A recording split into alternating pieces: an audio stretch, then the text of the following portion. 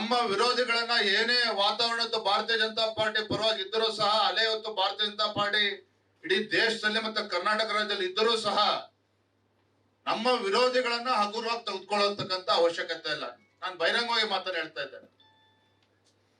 ಯಾಕಂದ್ರೆ ಪ್ರತಿಯೊಂದು ಚುನಾವಣೆನೂ ಕೂಡ ವಿವಿಧ ರೀತಿಯ ಸವಾಲುಗಳು ಇರ್ತದೆ. ಆ ಸವಾಲುಗಳನ್ನ ನಾವು ಯಶಸ್ವಿಯಾಗಿ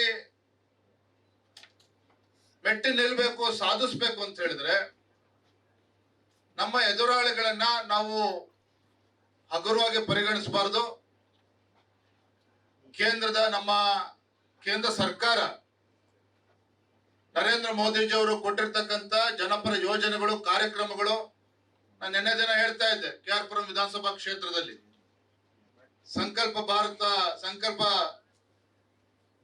ವಿಕಸಿತ ಭಾರತ ಸಂಕಲ್ಪ ಯಾತ್ರೆಯಲ್ಲಿ ಮಾತಾಡ್ತಾ ಹೇಳಿದೆ. ಬಹುಶಃ ಸ್ವಾತಂತ್ರ್ಯ ಬಂದ ನಂತರದಲ್ಲಿ ಒಬ್ಬ ಕಟ್ಟಕಡೆಯ ವ್ಯಕ್ತಿಗೂ ಕೂಡ ಸವಲತ್ತುಗಳನ್ನ, ಕೇಂದ್ರ ಸರ್ಕಾರದ ಸವಲತ್ತುಗಳನ್ನ ಮನೆ ಬಾಗಿಲಿಗೆ ತೆಗೆದುಕೊಂಡು ಹೋಗ್ತಕ್ಕಂಥ ಯೋಜನೆಯಿಂದ ಯಾವುದೇ ಸರ್ಕಾರಗಳು ಮಾಡಿರಲಿಲ್ಲ.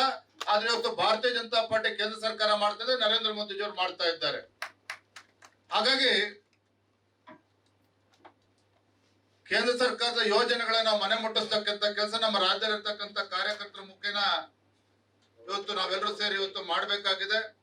ನಮ್ಮ ವಿರೋಧಿಗಳನ್ನ ಏನೇ ವಾತಾವರಣದ ಭಾರತೀಯ ಜನತಾ ಪಾರ್ಟಿ ಪರವಾಗಿ ಇದ್ದರೂ ಸಹ ಅಲೆ ಹೊತ್ತು ಭಾರತೀಯ ಜನತಾ ಪಾರ್ಟಿ ಇಡೀ ದೇಶದಲ್ಲಿ ಮತ್ತೆ ಕರ್ನಾಟಕ ರಾಜ್ಯದಲ್ಲಿ ಇದ್ದರೂ ಸಹ ನಮ್ಮ ವಿರೋಧಿಗಳನ್ನ ಹಗುರವಾಗಿ ತೆಗೆದುಕೊಳ್ಳತಕ್ಕಂತ ಅವಶ್ಯಕತೆ ಇಲ್ಲ. ನಾನು ಬಹಿರಂಗವಾಗಿ ಮಾತನ್ನ ಹೇಳ್ತಾ ಇದ್ದೇನೆ. ಯಾಕಂದ್ರೆ ಪ್ರತಿಯೊಂದು ಚುನಾವಣೆನೂ ಕೂಡ ವಿವಿಧ ರೀತಿಯ ಸವಾಲುಗಳು ಇರ್ತದೆ. ಆ ಸವಾಲುಗಳನ್ನ ನಾವು ಯಶಸ್ವಿಯಾಗಿ ಮೆಟ್ಟಿ ನಿಲ್ಬೇಕು, ಸಾಧಿಸ್ಬೇಕು ಅಂತ ಹೇಳಿದ್ರೆ ನಮ್ಮ ಎದುರಾಳಿಗಳನ್ನ ನಾವು ಹಗುರವಾಗಿ ಪರಿಗಣಿಸಬಾರದು. ನಮ್ಮ ಕೇಂದ್ರ ಸರ್ಕಾರ ನರೇಂದ್ರ ಮೋದಿಜಿ ಅವರು ಕೊಟ್ಟಿರ್ತಕ್ಕಂಥ ಜನಪರ ಯೋಜನೆಗಳು, ಕಾರ್ಯಕ್ರಮಗಳು, ನಾನು ನಿನ್ನೆ ದಿನ ಹೇಳ್ತಾ ಇದ್ದೆ KR ಪುರಂ ವಿಧಾನಸಭಾ ಕ್ಷೇತ್ರದಲ್ಲಿ ಸಂಕಲ್ಪ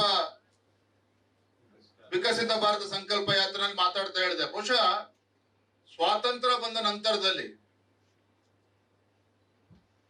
ಒಬ್ಬ ಕಟ್ಟಕಡೆಯ ವ್ಯಕ್ತಿಗೂ ಕೂಡ ಸವಲತ್ತುಗಳನ್ನ, ಕೇಂದ್ರ ಸರ್ಕಾರದ ಸವಲತ್ತುಗಳನ್ನ ಮನೆ ಬಾಗಿಲಿಗೆ ತೆಗೆದುಕೊಂಡು ಹೋಗ್ತಕ್ಕಂಥ ಯೋಜನೆಯಿಂದ ಯಾವುದೇ ಸರ್ಕಾರಗಳು ಮಾಡಿರಲಿಲ್ಲ.